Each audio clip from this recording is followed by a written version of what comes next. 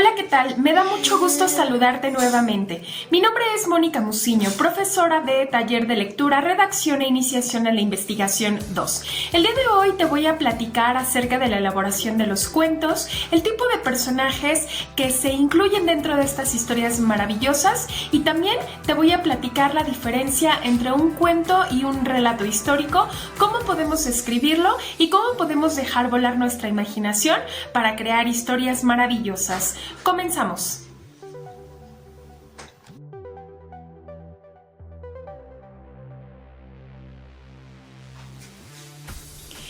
El cuento es una narración regularmente corta. Puedes realizarla de manera oral o también escrita y su finalidad es entretener sobre todo al receptor. Desde hace mucho tiempo las personas ocupaban espacios precisamente para contar historias fantásticas denominadas cuentos. Entonces este recurso se ha utilizado a través del tiempo y es magnífico para que tú también eches a volar tu imaginación. Hay que tomar en cuenta la diferencia entre el cuento y los relatos históricos. Los cuentos son cortos y relatan cosas hechas totalmente ficticias, pero los relatos históricos a veces se confunden un poquito con el cuento, nada más que a diferencia de este, es un relato un poco más largo, pero cuenta hechos que sí sucedieron a través de la historia.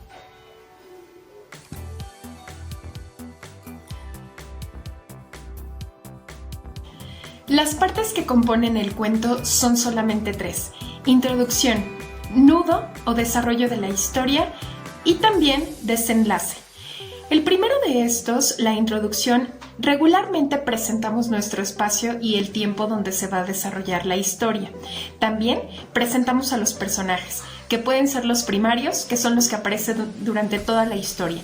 Los secundarios acompañan al primario y los terciarios son aquellos personajes que llegan a aparecer en la obra, pero también a desaparecer en ella.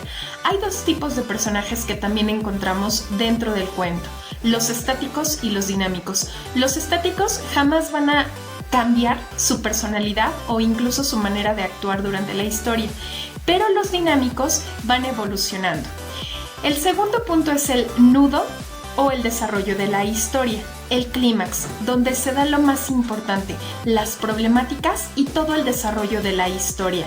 Todos los personajes se envuelven en una problemática diversa o en la misma, pero ¿qué crees? Lo van solucionando y eso tiene que ver con el desenlace. Un cuento regularmente termina en un "y vivieron felices para siempre". Entonces, cuando los personajes resuelven sus diferencias y sus problemáticas, estaremos hablando de un "vivieron felices para siempre".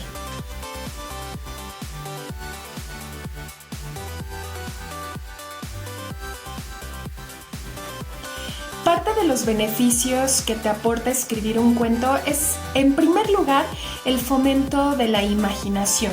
A partir de historias fantásticas, incluso de la creación de algún personaje que tú tengas en mente, lo puedes reproducir en una historia increíble.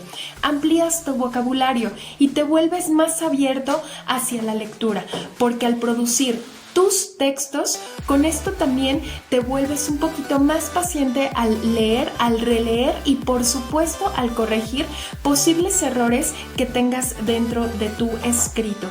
Te conviertes en una escucha atenta y dirigido. A ti te va a gustar que te escuchen o que escuchen tus historias fantásticas, pero hay una cosa muy importante, también te vas a volver un creador de historias para poder persuadir a tu público. A todos nos gustaría que incluso conocieran nuestras historias y a través de los cuentos puedes lograr todo esto.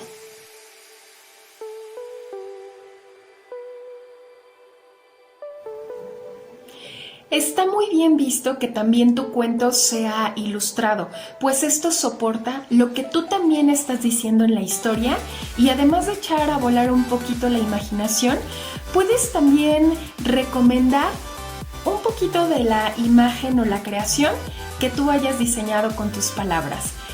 Pues bueno, espero que todo esto te haya servido para que tú también construyas tus propias historias.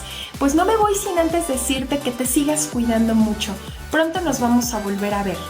Bye bye.